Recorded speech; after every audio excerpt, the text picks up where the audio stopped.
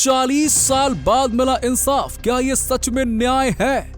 1984 के सिख विरोधी दंगों में हजारों सिखों की हत्या कर दी गई, उनके घर जलाए गए और पूरे समुदाय को निशाना बनाया गया।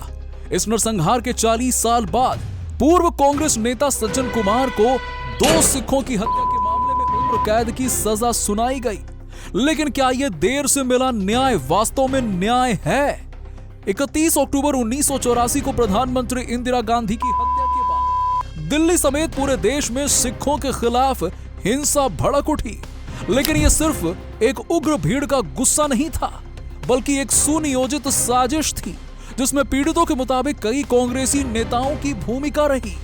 इन्हीं नेताओं में से एक था सज्जन कुमार, जिन पर आरोप लगा कि उन्होंने भीड़ को भड़काया, भीड़ को उकसाया सिखों पर हमला करने के लिए।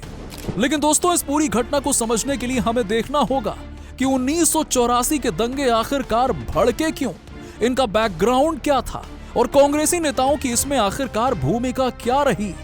वीडियो शुरू करने से पहले अगर आप हमारे चैनल पर नए हैं तो हमारे चैनल को सब्सक्राइब करना मत भूलिएगा, क्योंकि आपका हमारे चैनल को सब्सक्राइब करना हमें ऐसे और इंफॉर्मेटिव वीडियोस बनाने के लिए मोटिवेट करता है। देखिए, 1970 के दशक के अंत और 1980 के दशक की शुरुआत में पंजाब में खालिस्तान आंदोलन जोर पकड़ रहा था। यह आंदोलन भारत से अलग एक नया खालिस्तान नामक एक स्वतंत्र सिख राष्ट्र की मांग कर रहा था। इस आंदोलन का नेतृत्व दमदमी टकसाल के प्रमुख जरनैल सिंह भिंडरावाले कर रहे थे, जो सिख युवाओं के बीच में काफी लोकप्रिय थे। भिंडरावाले शुरू में कांग्रेस के समर्थन से उभरे, लेकिन बाद में उन्होंने सरकार के खिलाफ आक्रामक रुख अपनाया।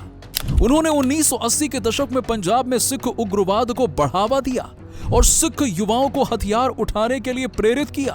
कई जगहों पर हिंदू और सरकार समर्थक सिखों की हत्याएं होने लगी। उसी दौरान सरकार को खुफिया रिपोर्ट्स मिली कि भिंडरावाले और उनके समर्थकों ने स्वर्ण मंदिर को एक सैन्य गढ़ में बदल दिया है, जहां हथियारों का भारी जखीरा जमा किया जा रहा था।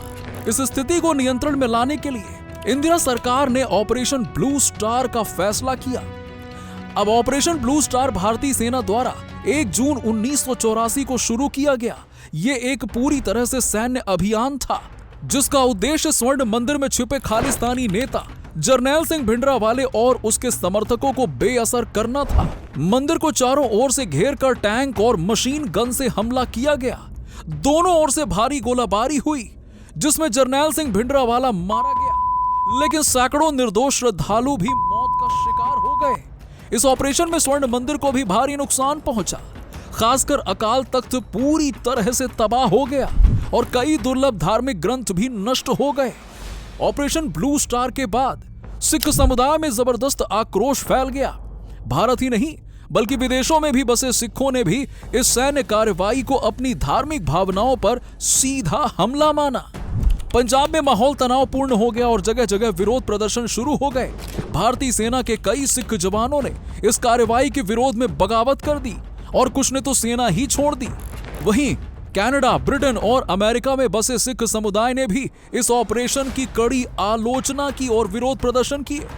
सिखों का मानना था कि सरकार चाहती तो बिना सैन्य कार्रवाई के भी समाधान निकाल सकती थी, लेकिन स्वर्ण मंदिर में टैंक और मशीन गनों के इस्तेमाल से धार्मिक आस्था को ठेस पहुंची थी। खैर, इस गहरे आक्रोश का नतीजा 31 अक्टूबर 1984 की सुबह को देखने को मिला।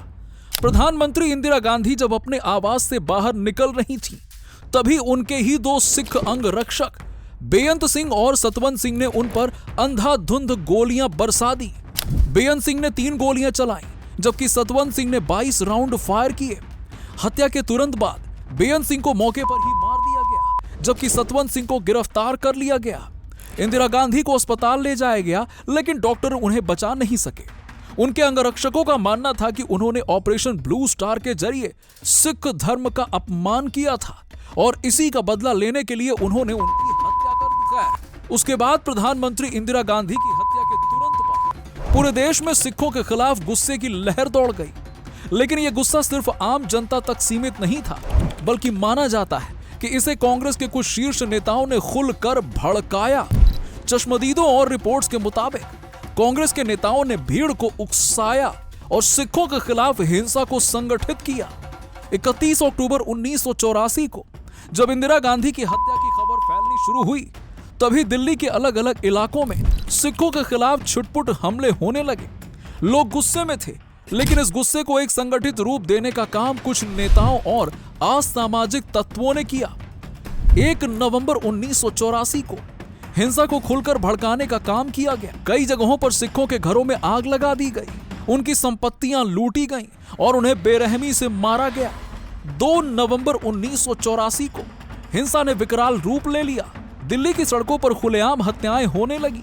सिखों को उनके घरों से घसीटकर बाहर निकाला गया और कई जगहों पर उन्हें जिंदा जला दिया गया। महिलाएं और बच्चे भी इस हिंसा का शिकार बने। पुलिस की निष्क्रियता या मिली भगत के कारण दंगाइयों को खुली छूट मिल गई। 3 नवंबर 1984 तक यह हिंसा सिर्फ दिल्ली तक सीमित नहीं रही, बल्कि देश के अन्य हिस्सों में भी फैल गई। कानपुर, भोपाल, मेरठ और कई अन्य शहरों में सिख समुदाय के लोगों को निशाना बनाया गया। कई जगहों पर सिख गुरुद्वारों और उनके व्यवसायों को आग के हवाले कर दिया गया। इस हिंसा में हजारों निर्दोष सिखों की जान चली गई, लेकिन सरकार की ओर से इसे रोकने के लिए तत्काल कोई ठोस कदम नहीं उठाया गया। दोस्तों, माना जाता है कि इन दंगों में कांग्रेस पार्टी के कई नेताओं की भूमिका संदिग्ध रही है, जैसे कि सज्जन कुमार, जगदीश टाइटलर, कमलनाथ और साथ ही और भी कई नेताओं पर आरोप लगे कि उन्होंने भीड़ को उकसाया, हिंसा को भड़काया। सिखों के घरों और दुकानों को चिन्हित करने के लिए वोटर लिस्ट का इस्तेमाल किया गया, जिससे यह साफ होता है कि यह कोई आकस्मिक हिंसा नहीं थी, बल्कि इसे सुनियोजित तरीके से अंजाम दिया गया। राजीव गांधी, जो उस समय भारत के नए प्रधानमंत्री बने, उन्होंने इस घटना के कुछ समय बाद कहा, जब बड़ा पेड़ गिरता है तो धरती हिलती ही है। इस बयान को दंगाइयों का बचाव करने और हिंसा को उचित ठहराने के रूप में देखा गया। पुलिस और प्रशासन की निष्क्रियता इस बात का सबूत थी कि यह हिंसा सिर्फ भीड़ का गुस्सा नहीं था, बल्कि इसे राजनीतिक समर्थन प्राप्त था। कई चश्मदीदों ने बताया कि जब दंगाई सिखों के घरों पर हमला कर रहे थे तो पुलिस मूक दर्शक बनी रही। कई जगहों पर पुलिस ने न केवल शिकायतें दर्ज करने से ही इनकार कर दिया, बल्कि सिखों को उनकी सुरक्षा के लिए भी कोई सहायता नहीं दी। इतना ही नहीं, 2005 में नानावटी आयोग की रिपोर्ट में कहा गया कि ये दंगे अचानक नहीं हुए थे, बल्कि एक सुनियोजित हिंसा थी। रिपोर्ट के अनुसार कांग्रेस नेताओं और कार्यकर्ताओं को पहले से ही हिंसा भड़काने की जिम्मेदारी दी गई थी। दंगाइयों को पेट्रोल, लाठी और लोहे के रॉड्स बांटे गए और उन्हें सिखों के घर को आग लगाने के निर्देश दिए गए। ये भी सामने आया कि सरकारी मशीनरी का दुरुपयोग किया गया। रेलवे स्टेशन और बस स्टैंड पर सिख यात्रियों को निशाना बनाया गया। यहां तक कि अस्पतालों में घायल सिखों को इलाज देने से भी इनकार कर दिया गया। अब सवाल ये उठता है कि 1984 के दंगों के पीड़ितों को न्याय मिलने में 4 दशक क्यों लग गए? लेकिन आखिरकार कुछ तो हुआ। दिल्ली राउज एवेन्यू कोर्ट ने कांग्रेस नेता सज्जन कुमार को दोषी ठहराते हुए अब जाकर 2025 में उम्र कैद की सजा सुनाई। लेकिन क्या यह पर्याप्त था? कई पीड़ित परिवारों का कहना है कि असली अपराधी आज भी खुलेआम घूम रहे हैं। हजारों लोग मारे गए, लाखों सिखों को अपने घर छोड़कर पलायन करना पड़ा। लेकिन न्याय प्रक्रिया इतनी धीमी रही कि पीड़ितों की कई पीढ़ियां बीत गई। 1984 के सिख विरोधी दंगे सिर्फ समुदाय पर हमला नहीं था, बल्कि भारतीय लोकतंत्र और न्याय प्रणाली पर भी एक काला धब्बा था। ये एक ऐसा नरसंहार था जिसमें निर्दोष लोगों को सिर्फ उनके धर्म के आधार पर बेरहमी से मार दिया गया और सरकार इसे रोकने में नाकाम रही। लेकिन सबसे बड़ा सवाल यह है कि क्या सिर्फ कुछ लोगों को सजा देने से न्याय पूरा हुआ? क्या राजनीतिक संरक्षण के कारण असली गुनहगार बच निकले? क्या 40 साल बाद मिला न्याय वास्तव में न्याय है या उन पीड़ितों का मजाक? आज भी बहस जारी है कि 1984 के दंगे सिर्फ भीड़ की प्रतिक्रिया थे या एक साजिश। लेकिन सच यही है कि यह भारत के इतिहास का एक सबसे दर्दनाक और शर्मनाक अध्याय था जिसे कभी भुलाया नहीं जा सकता। 2014 में जब कांग्रेस सत्ता से हटी, तब से लेकर अब तक कार्रवाई तेज हुई, जो अब जाकर सज्जन कुमार को दोषी करार करते हुए सजा सुनाई गई। चलो, देर से ही सही, लेकिन सजा तो मिली। खैर, आपका क्या विचार है? आपको क्या लगता है? कि 1984 के दंगों के पीड़ितों को पूरा न्याय मिला या फिर ये सिर्फ और सिर्फ एक दिखावा था? और आपको क्या लगता है कि क्या कांग्रेस के कुछ और नेताओं का इस दंगे में हाथ था?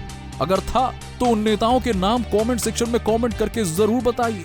मिलते हैं आपसे अगले वीडियो।